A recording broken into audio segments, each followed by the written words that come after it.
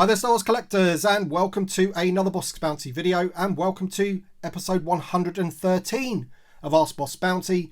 This is the weekly series where you ask me questions in the comment section below, and every week I do my very best to answer them for you. So if you want to be featured next week, please leave your question in the comment section below and hopefully you'll be featured. I just want to express a warm welcome to all of my new subscribers. Got a bunch of new subscribers over the last week, so thank you so much for that, and we are well on our way to hitting that 20,000 subscriber mark. That is a bit of a big milestone for me. I never really thought I would get there on this channel, but thank you so much for the support, and I can't wait to hit it, and we can do some live streams and giveaways and all that good stuff. So if you do happen to enjoy this video, don't forget to drop a like down below, because that really does help the video and the channel. And of course, if you haven't subscribed already, please hit the subscribe button for future Star Wars content. All right then. With all that being said, let's get straight on to the first question. Callum9566 says, "Hi Bossk, I've sent you a question on Instagram with images etc. Could you answer this question on your next video please?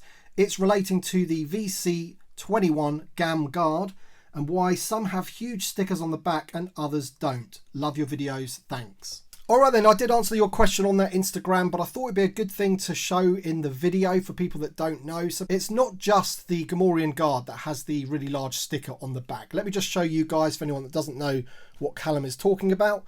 So this is the Lando Calrissian Sandstorm outfit, and you can see this big sticker on the card covering up what was on the back of the card. And the reason for this is because these are actually the European editions of these figures.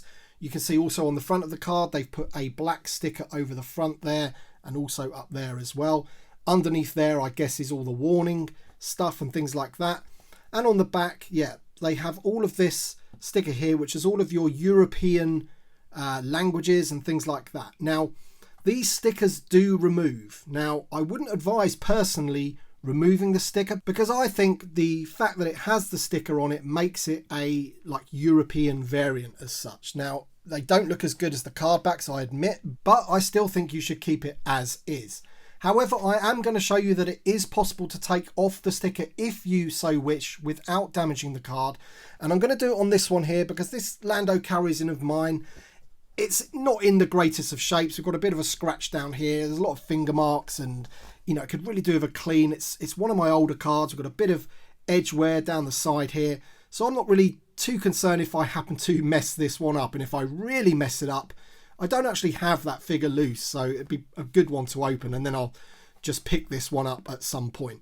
So there's the big sticker on the back of this one. We can see we've got a bit of a damage in the corner there as well, and in there. So as I say, this is an older card. Now, I started to peel it off just in the corner there. Now, if you're really, really careful, and just continue just to pull very, very gently, you can see that it does not damage the card. So it's not like a price sticker or any other type of sticker that are on these cards. If you are very careful and slow, you can actually take that off.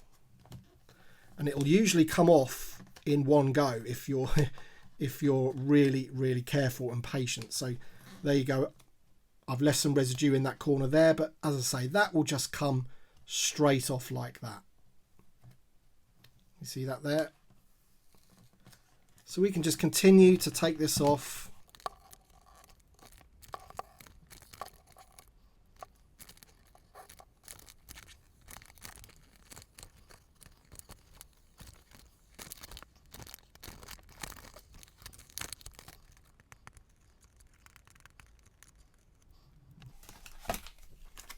And there you go. There is the big Euro sticker there, which is very, very sticky still. So all the sort of sticker residue stays on the sticker, so you can just chuck that away now. And then we are left with effectively what is a standard release card, at least on the back anyway. There is no damage to the card whatsoever. There's no sticky residue. In fact, it looks brand new. The only thing on the front is, as I say, you've still got that sticker on there. I've never attempted to take off that sticker there, so let me know in the comments if you've ever done that before, but I'm not going to risk it on the front of the card. But yeah, that's just to show you that you can take those stickers off if you want. However, as I mentioned, I potentially wouldn't do that.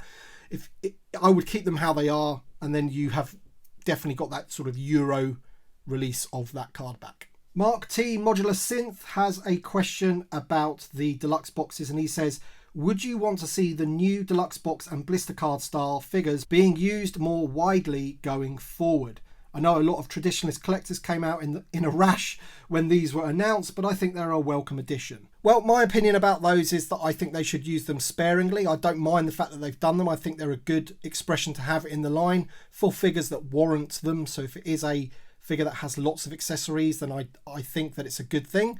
When it comes down to that Boba Fett from the Book of Boba Fett, I think we do want him on a single card as well, just so that he would go very nicely with the Fennec Shan that they're releasing on that Book of Boba Fett card. I just think, you know, the main character, Boba Fett from the show, you want him on his own card. But I'm not against them having these deluxe packs whatsoever.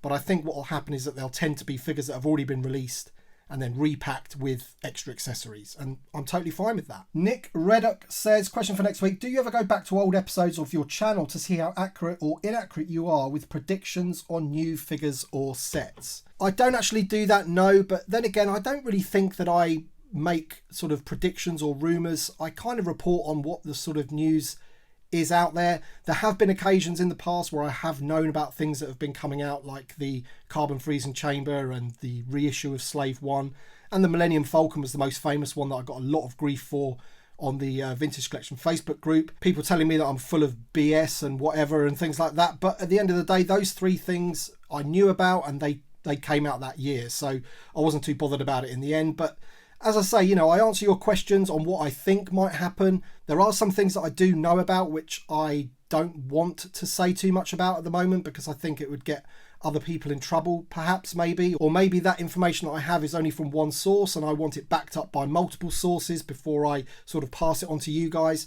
But I think on the whole, you know, when I talk about things that are happening in the future, I think it's more based on what I would like to happen rather than sort of mindless speculation, if that makes sense. Anthony McCann says, question for next week. Not sure if it's been asked yet, but do you think that with the failure of the Black Series HasLab, do you think they'll release the carded Salacious Crumb on the card back or the Luke on the card back that was offered with the HasLab, since it looked like they had the tooling and everything done for them already? So yeah, I think the Salacious Crumb, they definitely already have it.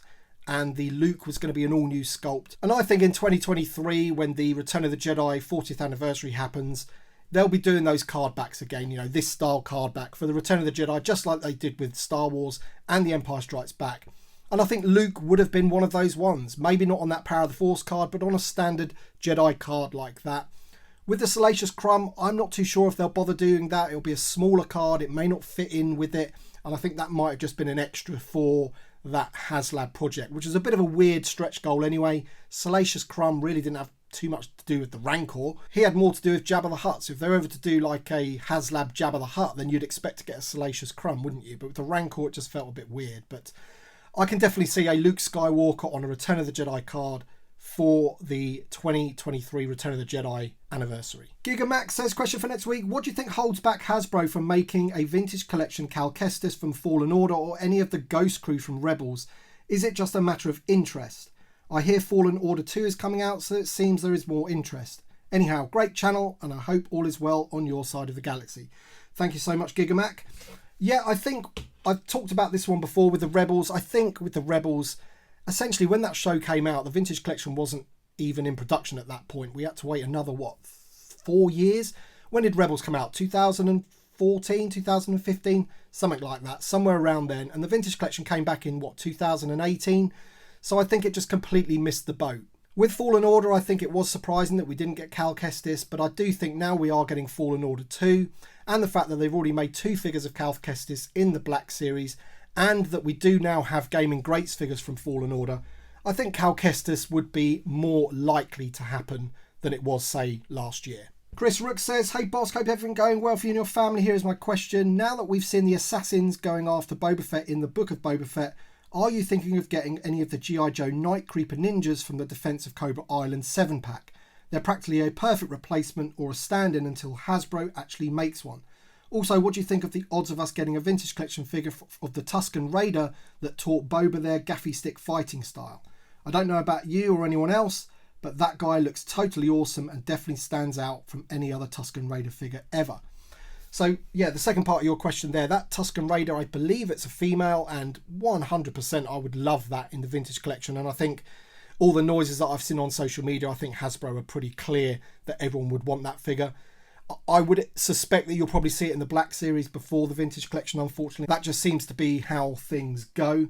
In terms of the Defence of Ireland 7-pack, I had to actually look up what that was, and it came out a while ago, so I'm not too sure how easy it would be to get hold of any of those figures. But saying that, what is weird is that just yesterday, my son came up to me in my lounge. I was just sitting there, and he came up to me with this guy, the Cobra Trooper. He is from the Retro Collection from G.I. Joe, and he said, if you painted this guy red, wouldn't he look like the guys from the Book of Boba Fett? And I thought, you know what?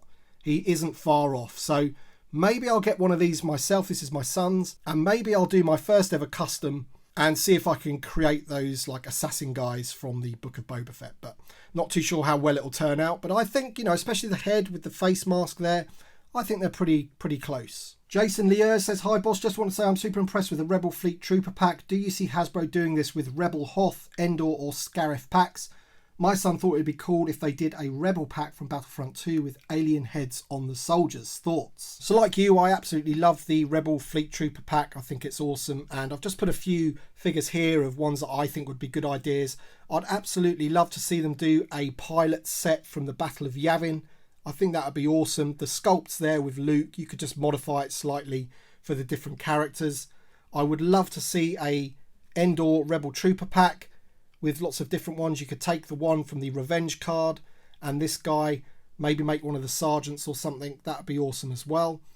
In terms of the ones that you mentioned, the Rebel Hoth and the Endor, there's the Endor one. The Scarif pack, they are making the Scarif pack of the troopers.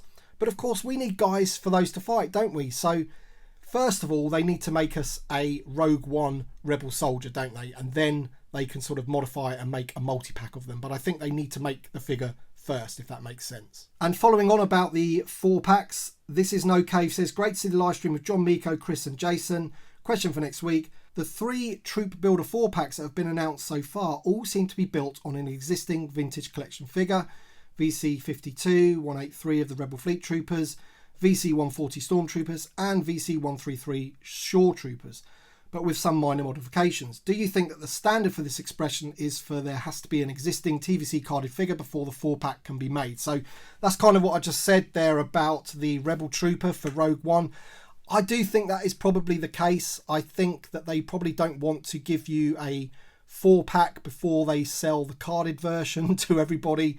It's to make you buy them more, isn't it? Because loose collectors would just happily buy the 4-pack. They wouldn't really be concerned with the card. So they probably want you to buy the card back first with the one figure and then sell you a bunch in the 4-pack. So I do unfortunately think that's the way it is. I don't think we're ever going to see a brand new figure in one of those 4-packs before we see it on a card. Jason Smith says, question for next week. Do you think Hasbro Pulse is the place for creatures and vehicles? Great content as always. I think that's something that they could definitely explore, that as well as fan channels maybe. I've got a feeling that retails like Walmart and Target are a bit worried about vehicles. I think they always go to clearance, for example. Maybe the fan channels and Hasbro Pulse is something. I think Hasbro might be a little bit wary about Hasbro Pulse at the moment because essentially you've only got the UK and the US market. However, a subscriber of the channel emailed me the other day. His name was Scott Harrow, so I appreciate this intel.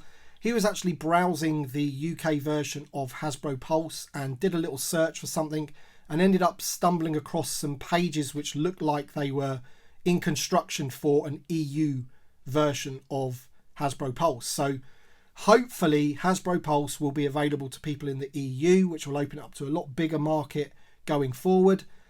And maybe that then will be a better place for them to do vehicles and creatures because essentially more people will have access to buy it. So hopefully that's something that is going to happen, and hopefully when it does, we'll see more stuff. Alright then guys, that's it for this week's episode. Thank you so much for watching as usual, and thank you to my Patreon supporters and channel members. Your support is greatly appreciated.